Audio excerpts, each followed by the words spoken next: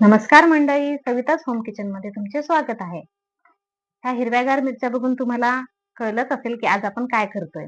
तर आज आपण बनवणार आहोत झणझणीत असा ठेचा.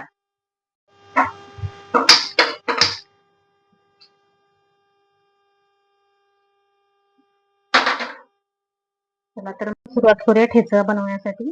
पहिले तर कढईमध्ये आता मी थोडंसं तेल टाकणार आहे. तेल आपल्याला थोडंच लागणार आहे. त्यानंतर आपण थोडेसे जिरे टाकणार आहोत.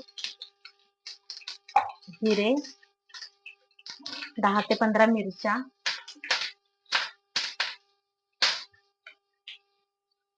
एक मोठा लसूण.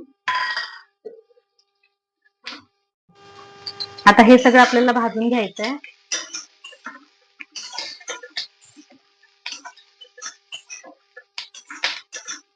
चांगलं असं खरपूस भाजून घेऊया आता.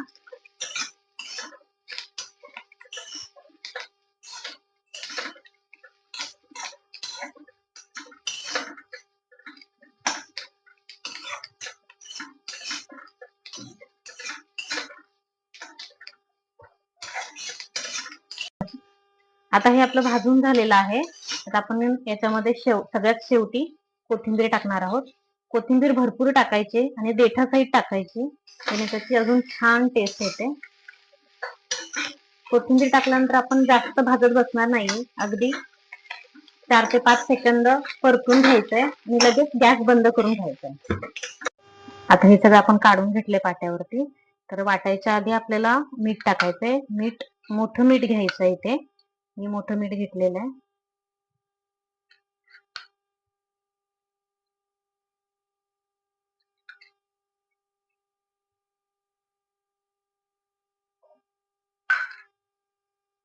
आणि आधी आपल्याला थोडस हे मोठं चेचून घ्यायचंय, जेणेकरून वाटताना ते आपल्याला वाटलं जाईल व्यवस्थित.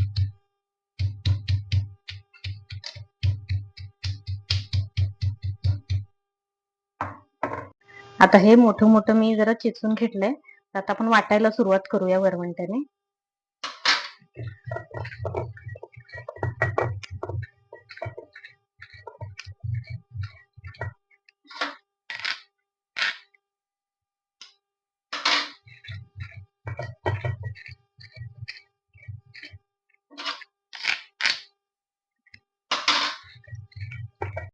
तर हा आता आपला वाटून झालेला आहे ठेचा.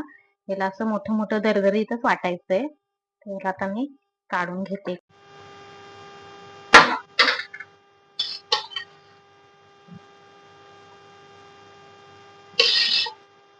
जर आपल्याला जास्त दिवस टिकवायचा असेल तर याच्यामध्ये आपण थोडस तेल गरम करून टाकणार आहोत. तर मी आता थोडं तेल याच्यामध्ये गरम करून घेतलेलं आहे, तर ते टाकते.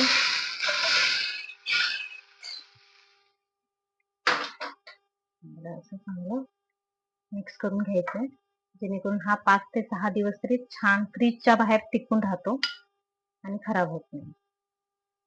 अशा प्रकारे तयार झालेला आहे आपला असा सातारी झणझणीत ठेचा. अशा छान छान रेसिपीज बघण्यासाठी सविताच होम किचनला लाईक करा, शेअर करा आणि सबस्क्राईब करा.